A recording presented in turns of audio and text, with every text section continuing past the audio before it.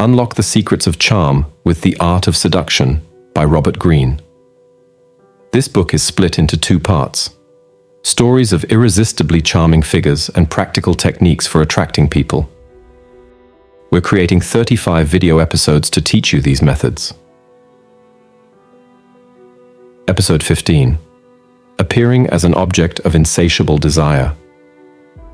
One of the deepest principles of seduction is creating the illusion that you are an object of desirability that others covet and compete over. We are heavily influenced by the desires of those around us. We want what others want. It's an unconscious tendency rooted in our evolutionary psychology. Imagine you're at a party. Across the room, you notice a man standing alone, whom no one seems to engage with for long. There's an air of isolation around him, a silent implication that something is wrong or undesirable about him. Why else would he be so alone and avoided? Now you notice a vivacious woman holding court nearby. She's surrounded by an admiring group who hang on her every word. As she moves around the room, you see others gravitating to join her social orbit, transfixed by the buzzing energy around her. There must be a reason she has attracted such desire and interest. Her mere presence convinces you that she's someone to be coveted. This psychology means that few things can make you more seductively magnetic than seeming to be a prize that many people are vying to possess. It sparks others' interest, curiosity, and competitive urges. If you can create an aura of being highly desired and pursued, you hold an intoxicating lure that can render people helpless to resist their want for you. So how does one manufacture such an irresistible aura? Robert Greene provides several strategies. The triangular desire trap. The most powerful approach is to artfully construct triangles of desire with your targets. Surround yourself with orbiters, admirers, and potential alternate suitors, and subtly make your targets aware of their ardent interest in you. For example, you're having an intimate conversation with your crush at a cafe, when an acquaintance stops by and embraces you warmly, saying, "I've missed you." See your crush's eyes flicker with interest at this implied bond. You can even use platonic friends of any gender as your surrounding admirers. The key is to let your target see you receiving desire from multiple angles.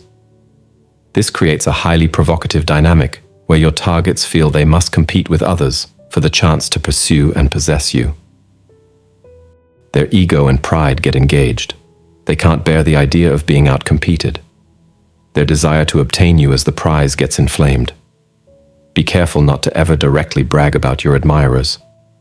Instead, deploy careful implications and insinuations to reveal your desirability.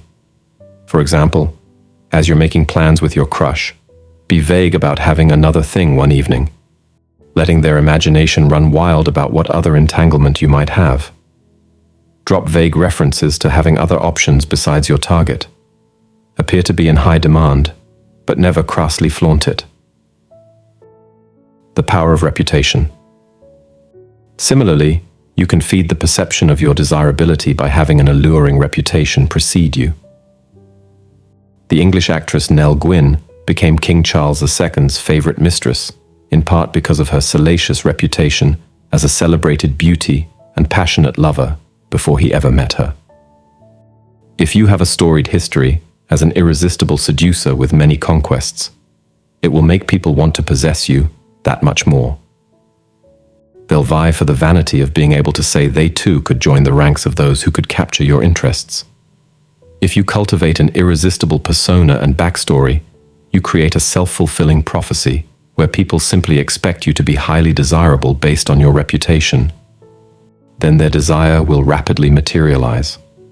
For instance, in 17th century France, the virtuous Duchess de Montpensier found herself desiring the rake Lauzun precisely because she feared that if a legendary seducer didn't want her, there must be something undesirable about her. The strategic use of contrasts. Another angle is to carefully use contrasts to make yourself shine as the most desirable option. Associate with dull, boring people and your charms will be impossible to ignore in comparison. At an office party, make sure to introduce your crush to the most mind-numbingly tedious colleague possible. When you rejoin the conversation, you'll instantly be the life of the party. Play up your unique attractive qualities like confidence, humor, playfulness, etc., that are lacking in your local social scene. The actress Jiang Qing reportedly instantly seduced Mao Zedong in 1937 because her feminine vivacity contrasted with the severe, austere image of the other women at his camps. You can also lean into being the most vivacious, feminine or masculine energy in contrast to others. Actresses like Nell Gwyn became wildly desired because their unaffected personalities contrasted with the stiff pretentiousness of other ladies. Use your environment as a backdrop to be the clear prize.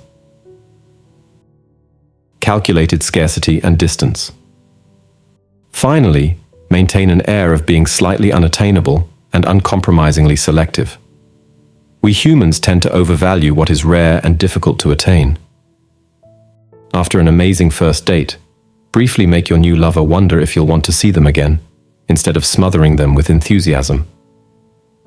Don't smother your targets with excessive eagerness and accessibility.